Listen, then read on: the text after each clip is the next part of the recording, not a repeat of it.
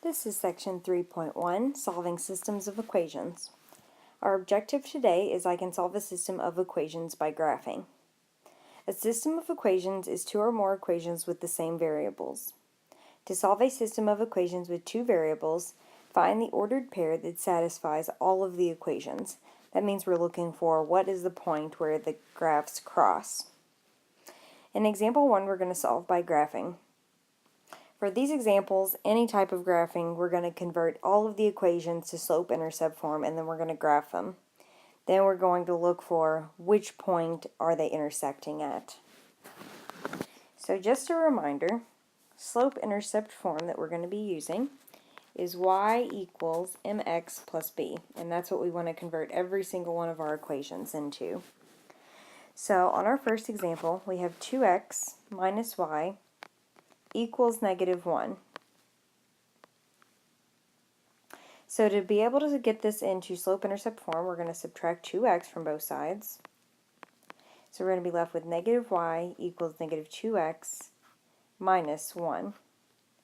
We want our y to be positive, so we're going to divide everything by -1.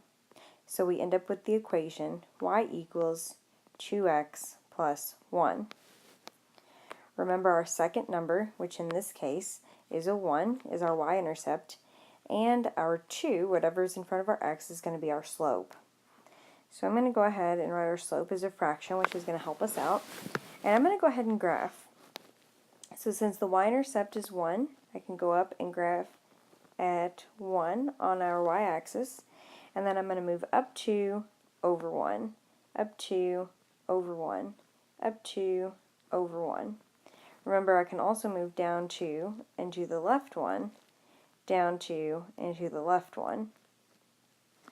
So that gives me my points, and now I can go ahead and draw a line.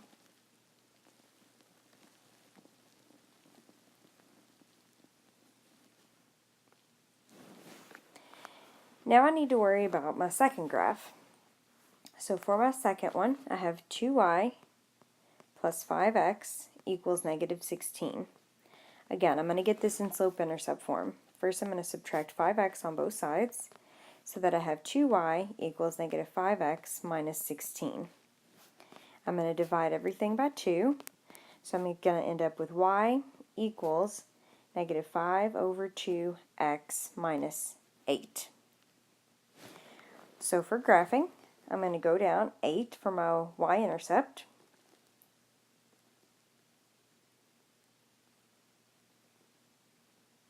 And make a point.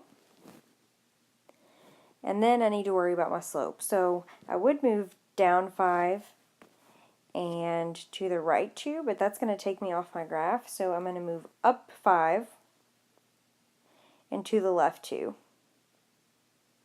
Up 5 and to the left 2. And already from those 3 points, I can go ahead and draw my graph. And when we're telling what the solution is, we're looking at where are these two graphs meeting. And that point's going to be right here. And so when we're telling what the solution is, we're just going to mark that point.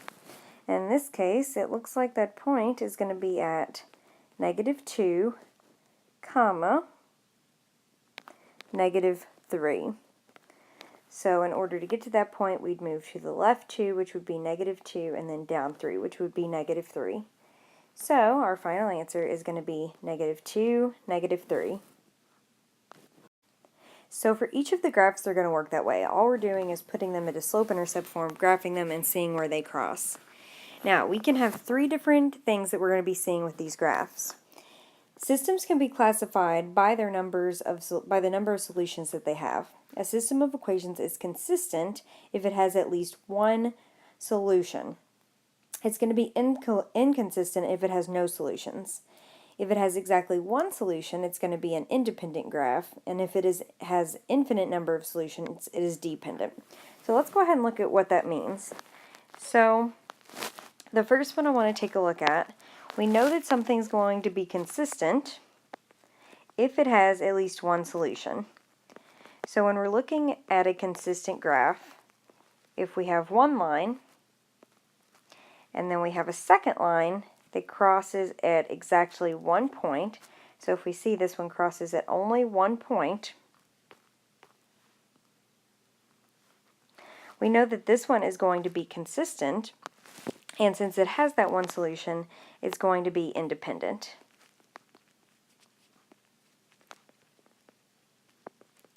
The second type of graph we're going to see is if we graph one line, and then when we go to graph our second line, it's going to lie exactly on top of that first line. So they're going to actually be the exact same graph.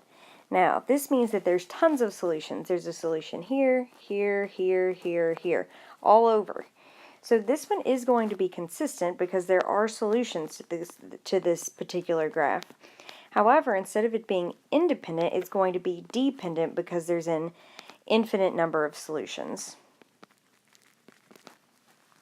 The third type that we're going to be able to classify is if we've drawn our first line and then we go to draw our second line and the lines are parallel, meaning that they are never going to cross. In this case, we're going to have an inconsistent graph. And if we have an inconsistent graph, we're not going to worry about is it independent or dependent. It can't be independent or dependent. It's just going to be inconsistent. So when we're looking at classifying the systems, we're still going to want to graph these the same way. We're going to need to get them in slope-intercept form, and then we're going to graph them. The only thing is we're going to be classifying after we graph. So in our first equation, we're going to go ahead and go through this again. We have 4x plus 3y equals 24. So I'm going to subtract 4x on both sides so that I get 3y equals negative 4x plus 24. Next, I'm going to need to divide by that 3y. So if I divide everything by that 3 to get the y by itself, I'm going to get y equals negative 4 over 3x plus 8. So when I graph this, I can move up 8 on my y-intercept. And then it says I'm going to move down 4 and to the right 3. Down 4 and to the right 3. I'm going to go ahead and draw my line.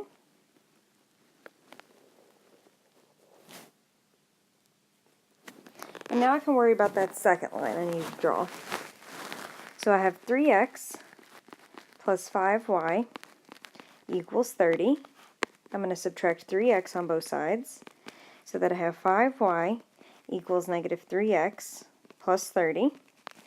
And if I divide everything by 5, I'm going to end up with y equals negative 3 over 5x plus 6. So I'm going to move up 6 on my y-intercept. And then I'm going to be moving down 3 and to the right 5.